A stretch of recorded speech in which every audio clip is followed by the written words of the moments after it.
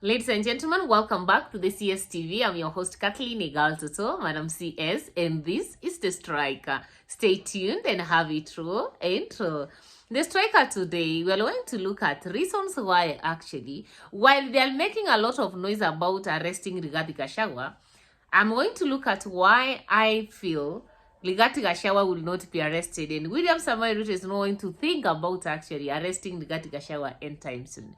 And my analysis is based on this clip by Oscar Sudi, alleging that actually while Rigathi Gachagua is trying to say, the people should be arrested, the likes of Cecily Mbarire, etc., he should be the first person to be arrested. So this is the clip that is inspiring this discussion today. Naona umeenda incitement yako ya kawaida. Unasema ati Susan ameomba sijui rais washike nani? Sijui Mbarire anasema ameomba rais washike nani? Hapana, hawa ndio walipanga demonstrations. Ukiwa wewe ndio financial ya hiyo mambo yote ilifanyika. So wacha hiyo unasema ati sijui wamepangio kisiasa. Hiyo sio siasa. Baada yao ni wewe tunashika.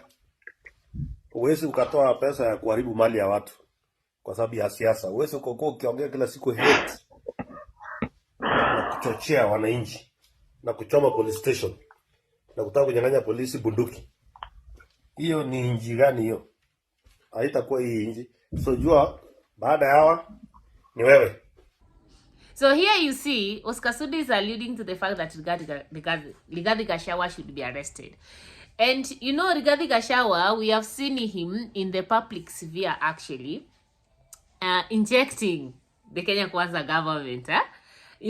Every time Rigathi Gachagua gets a mic, he must shake Ruto's camp. He must say, serious, sensitive things. We have seen him do interviews, talk about the scandals in the government, so many things. And people could think that actually the best maybe way Ruto should deal with Rigathi Gachagua is to arrest him. And even the recently concluded 25th of July Mandamano, we saw Rigathi Gachagua talking about the arrests that have been made are largely targeting the people from the mountain. And that's a video I'm going to analyze in a totally different video. But this is what he said. My mother here had warned me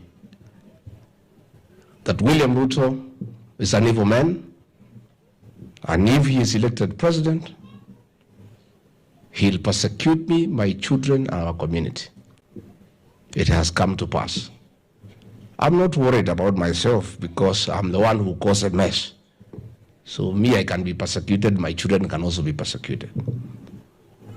But for my community, we need help.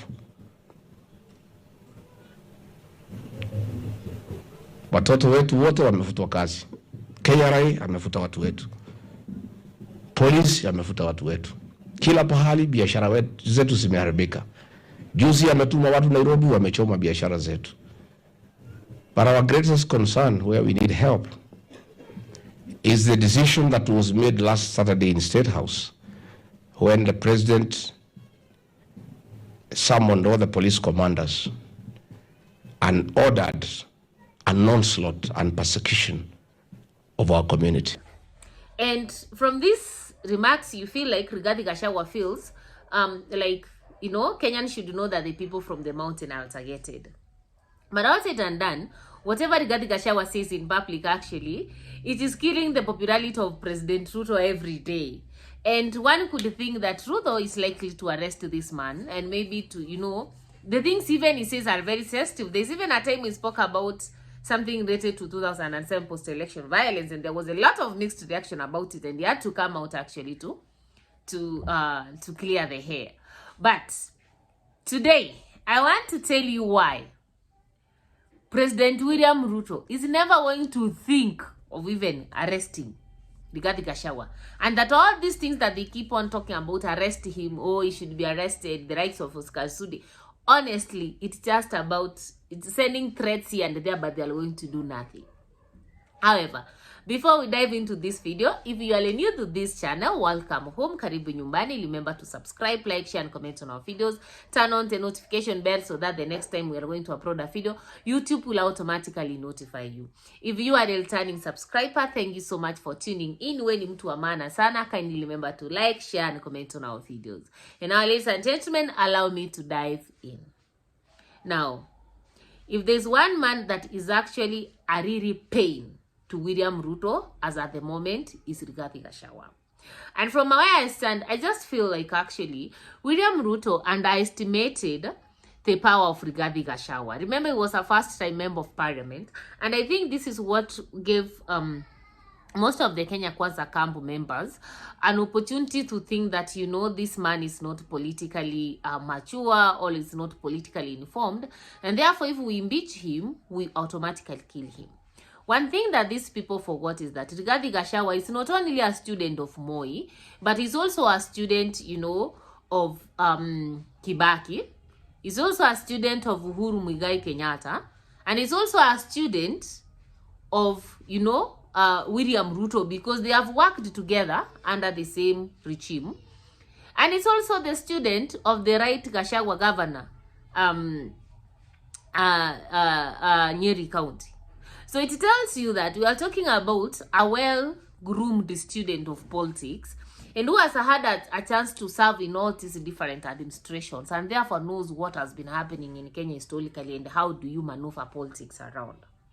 So from where I stand, the moment Rigathi Gachagua was impeached, he automatically became the opposition leader in this country. Literally, right now he's leading opposition. You know, when Baba left the likes of Kalonzo Musyoka and joined the government, the opposition was so much shaky. We didn't see this energy, power, and stamina from the likes of Kalonzo Musyoka and Eugene Wamalwa.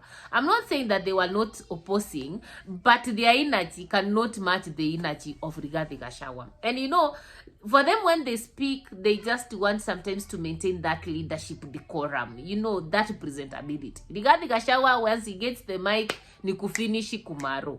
He has this firebrand politics that cannot even match the energy of the likes of Matiang'i, etc. And since then, actually, while Ruto thought that he has captured Raila and his opposition was going to be weak, now he's not going to have much trouble, he captured Raila and gave part to a serious political opposition leader, Rigathi Gachagua. And now they have been saying, you know, we want to arrest you, we want to arrest you. They are not going to arrest Rigathi Gachagua because of the following. Number one, William Ruto knows the moment he arrests Gachagua, the whole of Mount Kenya is now going to erupt and repel more than what they are doing right now. Already knows that he has lost the trust of Mount Kenya people. And any funny move, especially on Rigathi Gachagua, who's now like more of a movement in Mount Kenya because he resonates with them actually, it's going to make matters worse. So Ruto, having known that he's lost some good amount of support from across the country, he's not likely to do another stupid mistake that is actually to cost him in the remaining areas, or the few that are actually have still faith in him. That's point number one. So number two, they cannot arrest Rigathi Gachagua because even if they arrested Rigathi Gachagua, he would be taken to court, he will be given a free pond, and then he will come out more violent than even he was. More vibrant than even it was before, you know. He will come out, look at the people like J.M. Kariuki and the kind of politics that they had. That's the kind of politics that that Rigathi Gachagua has. So they will arrest him today, and then he's not a poor man, so he will afford that pond. And the lawyers will be there, by the way, to defend him in court. And that arrest will even make him more famous, more popular. So from where I stand, it's not going to be arrested because in any case, this arrest and business are normal. Look at the politicians who have been arrested. Tell me who has been convicted and stayed in prison. That to be silenced. Unless and otherwise we go back to the Nyayo House chambers of the 1990s and 80s during Moi era. Number three, arresting Rigathi Gachagua will make him more popular. You will arrest Rigathi Gachagua, it will be breaking in news. All the media outlets will be, you know, talking about Rigathi Gachagua has been arrested. Even ChatGTP will know that Rigathi Gachagua has been arrested. And Rigathi Gachagua will even become more popular. And you know, this one will betray Ruto because at the time he was being sworn in, he told people that he can never betray his deputy. just the way it was portrayed. So if he dares arrest Rigathi Gachagua, people will say, you see, you have betrayed your deputy by not only letting him to be impeached, but also arresting him.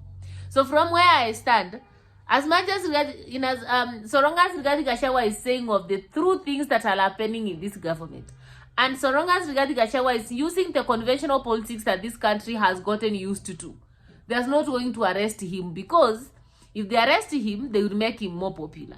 And we are heading towards the electioneering period and campaigning period. If you make Rigathi Gachagua more popular right from now, it's like you are saying you are giving away your leadership mantle to him or to the person who's going to support. Then another thing, that popularity will come in with number 4 point, sympathy aspects. People will sympathize with him. Look at Kenya, the people who win elections. It's out of sympathy, by the way. I think the only time that Kenya has ever fought rationally was way back in 2002, when the thing was all the aim was to get rid of KANU regime. That's the time when Kibaki was elected. But since then, we have never had politics that is actually based off rationality. When you think about 2007, of course, that was distributed and constated. We cannot even say who won and who did not win. But when you come to 2013, Ruto and Uhuru got elected, not because of anything, but because of patriotism and nationalism, and the Kenyans wanted to tell the world that, you know what, these are our sons. It was Kenya against the ICC. So that's why they got the elections. That's why they got elected. That's the reality. There was that aspect of sympathy, In 2017, it's the same thing. These people did not win election because Kenyans actually won. It was all about sympathy. And come 2022, Ruto was able to win the masses, the hustler versus dynasty narrative, the bottom-up approach. I have been humiliated. I have been taken away. I have been stripped off my duties, Ruto presented himself as a very vulnerable person to the Kenyans, and he got sympathy votes. The church personally, specifically supported him because he presented him as a David who was going to beat a Goliath somewhere. So he knows very well that if he's going to arrest Rigathi Gachagua, the sympathy votes for Rigathi Gachagua would go up, either for Gachagua or the person Gachagua is going to support. So me, from where I stand, honestly, I don't think that Ruto is going to arrest Rigathi Gachagua. And finally, this thing they keep on saying, that Rigathi Gachagua is the one who is supporting Mandamano in this country. I just feel it is the normal politics. Come to think of it, when Baba was not supporting Ruto, who was being accused of funding Mandamanos in this country? It is Raila. Now that Raila has quit, why is Mandamano still ongoing? Because we have been always saying that he is the Mogoroki, he is the old man who is supporting Mandamano, killing people's children because it's not won elections, sending them to all those nonsenses, right? Now that Baba has joined the government, but still we have Mandamanos. In fact, I think we have now even the worst Mandamanos than even when Baba was the leader of opposition. So this is a shift of blame, and they know that even if they took this man to court, sorry, maybe they are not going to have evidence that is actually supporting the Mandamano. They don't have the evidence, right? So it is normal blame. It's the normal political blame that we have gotten used in this country. You stand for a political position. That is the time we will start hearing things that you had corruption. You had a corruption case. You have grabbed land somewhere. You are supporting Mandamano. It is a reality. Even when Ruto was fighting for presidency in this country, people started to talk about the Kiamba, I don't know, of something, 2007. People started to talk about the Macy scandal. People started talking about, I don't know, whose land had been taken away. That is the normal blame politics of Kenya. And from where I stand, they know that with that kind of blame, they go to court, there is no evidence, maybe. It's just only to talk to make the masses, hate somebody. They have gotten used of manipulating our minds and our thinking and our thoughts. So from where I stand, whether Oscar Sudi is going to scream, whatever they are going to say, that is just PR. They are trying to threaten the supporters of Rigathi Gachagua. If you are supporting him, we are coming for you just the way we are coming for your leader. The only thing that they are going to do is to arrest the political leaders who are supporting Rigathi Gachagua. Especially the members of parliament and the MCAs and senators who seem to be supporting Rigathi Gachagua. Those ones, being arrested is so easy. But arresting Rigathi Gachagua, I don't think so. What do you think? My opinions, though. Do you think Rigathi Gachagua can be arrested? And if he's arrested, do you think that that one is going to shake the Kenya Kwanza's government is standards at the moment? Your opinion in the comment section below. See you next time. And I'm very sorry, the video on the women warriors of African history will be going up tomorrow. Today I had some technical issues. Thank you so much and see you next time. Bye bye.